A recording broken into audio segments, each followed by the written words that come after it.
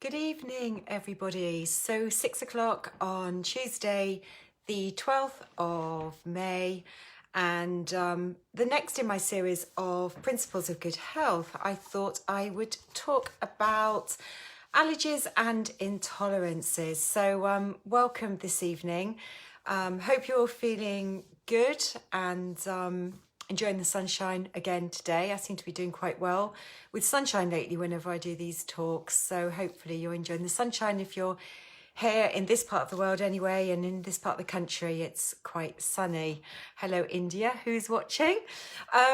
So tonight I've chosen the theme of talking about allergies and intolerances, and the reason why I've chosen this for tonight is because, well, particularly in the US at the moment, I've noticed that it's Food Allergy Awareness Week. And this was particularly set up, I understand, with regards to raising awareness of the seriousness of allergies in particular, and how they can be, for certain allergies, can be life-threatening, and to raise awareness of that. So it's a really, really important thing to be doing.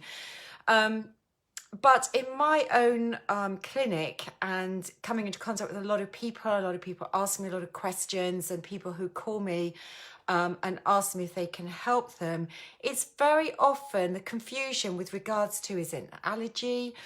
Do they have a food intolerance? And there's a lot of confusion around this, and I particularly wanted to talk about that because I'm sure many people often wonder, do they have an allergy? Do they have an intolerance?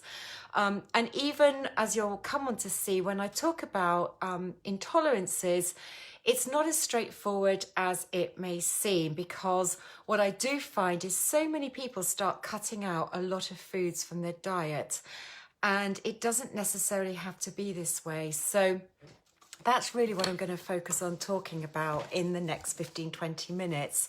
So just trying to unravel some of that confusion around these different terms that are often bandied around and used a lot. So just very simply, because I'm not going to spend a huge amount of time talking about allergies, but just so you're aware that the allergy, it's not always life-threatening, although it can be very, very serious.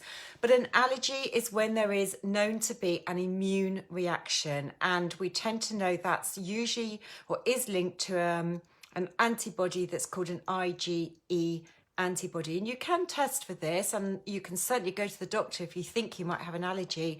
And I know there are private tests. I have access to private tests that will test for allergies, and it's to do with an IgE antibody reaction. Now, the reason why it's called an allergy, and just putting to one side something that could be life-threatening, but an allergy is linked to something that's going to cause pretty much an almost instant reaction. So when you've eaten something, you will get an instant reaction. It may be digestive symptoms that can be quite instant, or it could be more what I call systemic, and by systemic I mean it's things that are occurring elsewhere in the body. So people who have an allergy reaction may find they get swollen lips, so they might get skin itching or hives that start appearing. Often in the mouth, they might feel their lips are tingling. They might get a tingling sensation. They might feel dizzy, and the digestive symptoms may cause almost instant diarrhea or pain, cramping. It tends to be more of this instant reaction, and the symptoms can be more severe than when it's linked to an intolerance. And I'll come on and explain a bit more about what a more general food intolerance reaction may be. So it is more instant, and it is more, because of this immune reaction, it's more of a threat to the body. You know, the body sees this as a threat and therefore goes into overdrive in its immune reaction and causing these symptoms. Of course, something that is more life-threatening is a term you've probably heard of, which is this anaphylactic reaction, and anaphylaxis, which is more severe. And that's when it's very life-threatening, because you can get a constriction of the airways, you can get a sudden drop in blood pressure, and your body can go into shock and unconsciousness. It's severe, and we hear this and we've heard more about it in the news in the last year. I think there was a case and to do with the importance of food manufacturers and food outlets clearly labelling their food for anything that could be a potential allergens, and there is quite a long list to do with that. So that's the allergy aspect, and I'm not going to focus more on that, but I just want to show the distinction between these different things. Something that I see more of in clinic, and people might say to me they think it's an allergy, and I'll explain to them why it's not likely to be that. And this is to do with food intolerances. Now, as far as the medical literature is concerned, it has nothing to do with the immune system. There is no immune reaction. You don't get these antibodies known as IgE that are raised in the bloodstream. So there is no immune reaction. They say there's absolutely no immune reaction to do it before at all. And it's delayed. So if you do get symptoms to a food, it can be really delayed. And this is why it can be so hard to determine which food may have caused a symptom, because it can be delayed. It can be delayed by several hours. It can be delayed by more than a day. It can be cumulative.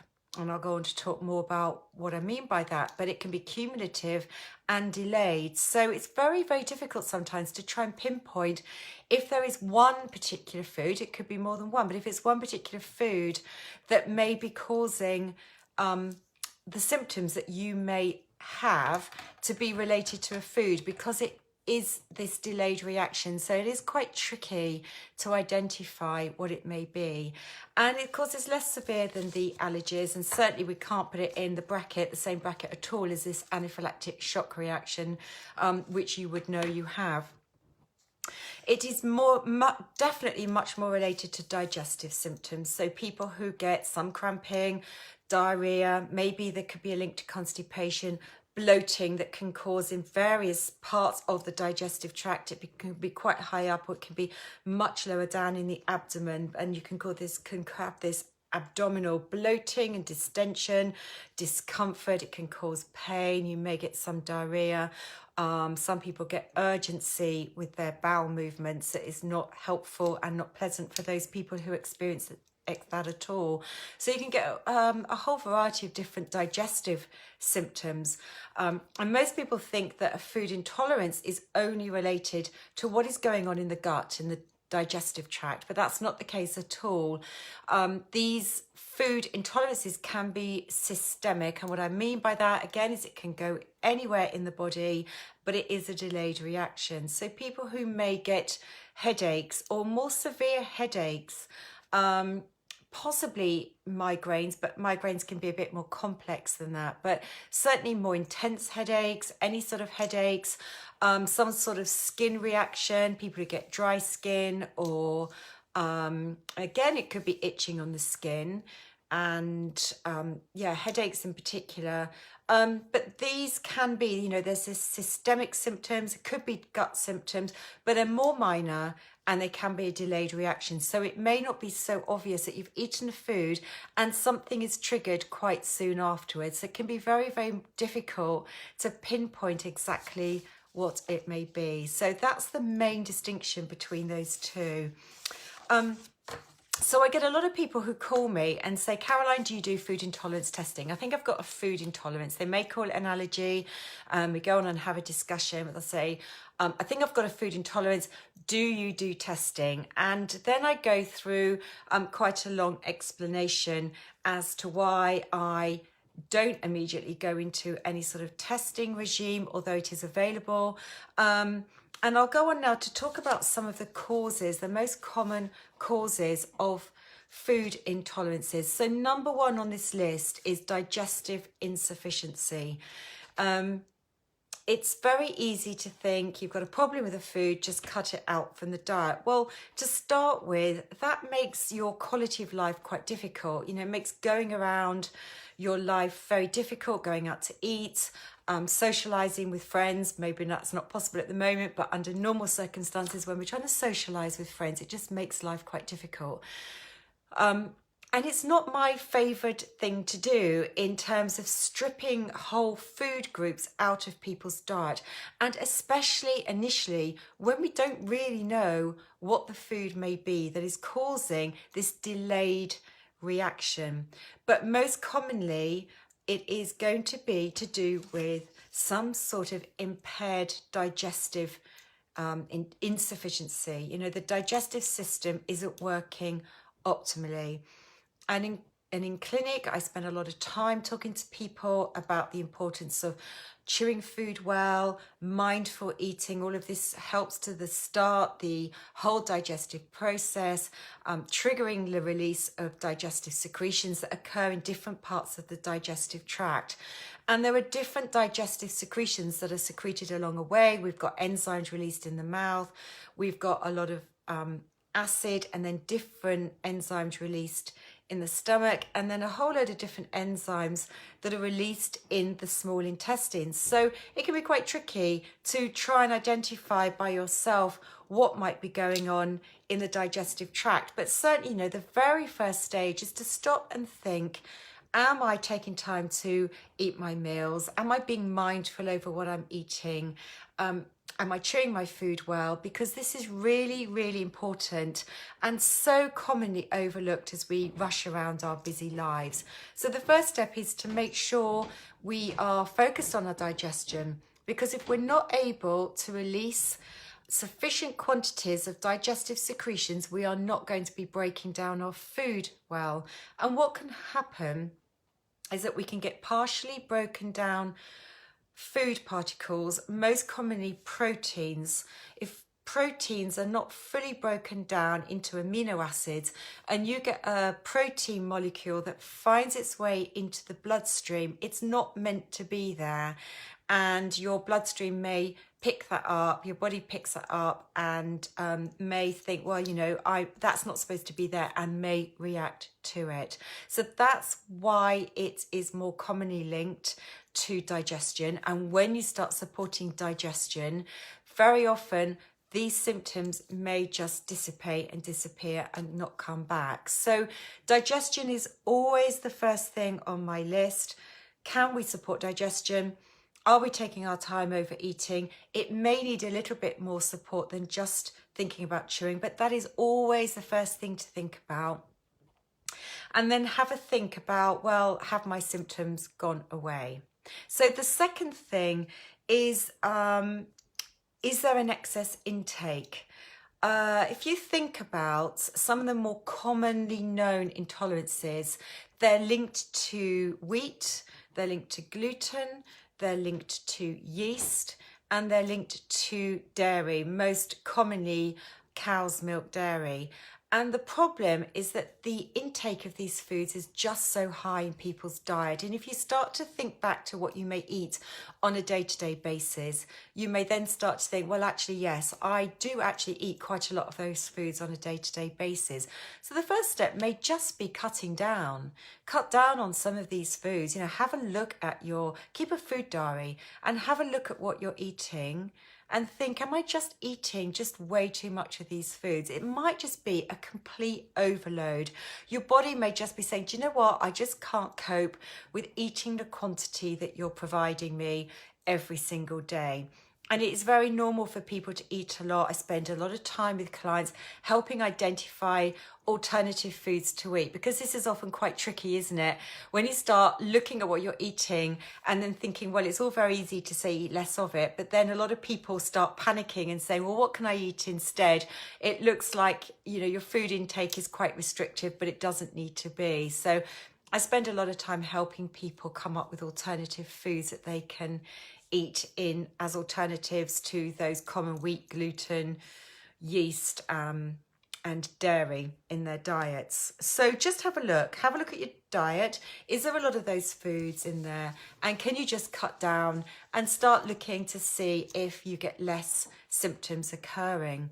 You can keep a food intolerance reaction chart, just very simply in a diary. Look at what you've eaten. If you get symptoms, look back over the previous day, 2 days, even 3 days, and start trying to track if there's a lot of certain types of food in your diet. The third thing to think about is stress. Stress, anxiety. There is a direct link between the body's ability to be able to digest food and if we're particularly stressed, because when we're in stress mode, the body's designed not to be digesting food. We're only supposed to be digesting food when we are in the what's known as the parasympathetic phase of the autonomic nervous system, which is known commonly as the rest and digest phase. It's known that for good reasons. So we should be eating when we're in a relaxed state of mind, going back to that mindful eating and taking time to chew food well. Are you feeling relaxed? Are you in as less a stressed state as you can possibly be? We can't eliminate all the stress in our lives, but can you try and get yourself into a situation so that you're not feeling as stressed when you're going about eating? Because stress will impair those digestive secretions.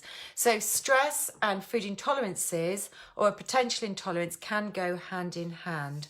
So anything you can do with regards to trying to lower that stress response can be very, very helpful. Another potential cause is looking at sensitivities, particularly around additives. So a lot of foods that we're eating, foods that we may be buying rather than cooking fresh from fresh ingredients, are linked to things like sulfites, which are found in a lot of dried food, and they can be found in alcohol. Nitrates, again, cured meats will have things like that in. Again, also in alcohol. You may get a histamine reaction to certain foods, and certain foods are more histamine rich. You may find it more higher in pickled foods, mushrooms and cured foods. There can be a lot higher content of histamine, and that can create a reaction in the body. So have a look at things like histamines. And some people do not cope well with a high intake of foods from what we call the nightshade family. So these are potatoes, tomatoes, peppers, and onions. So nightshade family. People don't tolerate a high intake of those. So that's another category of food to have a think about alongside those foods like your wheat and dairy, for example. Now, what can we do about it? So I mentioned about keeping a food reaction chart. That's the first thing I would think about doing if you're looking at this on your own, and looking back over some of those foods and saying, yeah, I actually have quite a high intake, and start with one thing at a time. Start to look at whether those foods may be causing a problem. The next step is what I call a food elimination diet. So if you've got one particular food that may be causing you a problem, you take it out of your diary for 4 weeks, and you do need to look very, very carefully at food labels to identify if that particular food type might be in anything that you're buying. This is particularly common with wheat and yeast and dairy. It can be quite hidden in ingredients, so be very, very careful when you're trying to strip something out of your diet completely.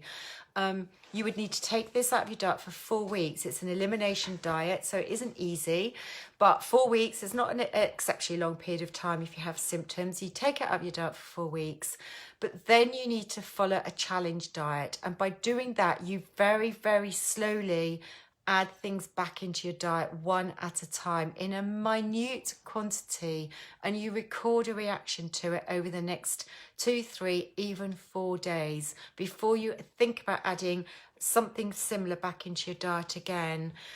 Qualified professionals can help with this by doing this, but it's a very, very response to do this. You have to do it very, very, very slowly. The third thing working with a professional is looking at supporting digestion. This is always my first step. You support digestion first and foremost, and it's only then, if symptoms, particularly the digestive symptoms, are still occurring, that you may then start to think about other means of supporting and looking at what else might be going on. But supporting digestion is always my first step. And then, of course, we spoke about the stress. Now, the next option is actually, as I said at the start, food intolerance testing. Yes, there are test kits out there, and there are people out there who don't believe in this. I never do this first and foremost. You can go out there and buy test kits. I have these available for people if they want them. They are on offer at the moment. They may seem like a lot of money, but these food intolerance test kits that are looking at this IgG antibody reaction, that's not considered an immune reaction, but it does measure in the bloodstream with a single simple finger prick blood test looking at raised antibodies, and it measures this on a scale of 1 to 100, so it can help you identify, and it does this for over 200 foods. It's the gold sort of standard out there, and normally these tests can go for up to £299, and I have these in clinic at £199 at the moment. As a very quick way of looking at this. As I said, I don't normally start with that. I like to go through a whole questionnaire in depth looking at digestion, but you can do food intolerance testing and look at all these 200 plus foods and look at your reaction to them. So it gives you a very quick, instant picture of what might be causing your problem. And beyond food intolerance, you know, if it's digestive symptoms, it may not just be as simple as looking at foods within the digestive tract. It does get much more complex than that. There's a lot more things to think about what might be going on in the digestive tract beyond just pure digestion, which does require far more in-depth investigation. But I hope that's given you a good overview of allergies, intolerances, some of the causes, and what you can do about it. If you'd like any more information about this, anything you'd like to ask me, add it in the comments. And by all means, do email me, caroline@patenprinciples.com. Always very, very happy to ask some questions, or, you know, or call me. If you'd like to have a chat, I'm always happy to have, 10, 15-minute chat with people around this to talk about your own specific needs and symptoms to help you with this. So hope you found that helpful tonight. Very shortly, all of my Facebook Lives are going to be uploaded into a YouTube channel. So look out for that. I'll be putting some more information out there about that. So thank you for your time tonight. Hope you found that useful. It will be saved, so if there's anything you want to watch again, it will be on my Facebook page and saved. Have a great evening and have a good week, and thank you. Bye.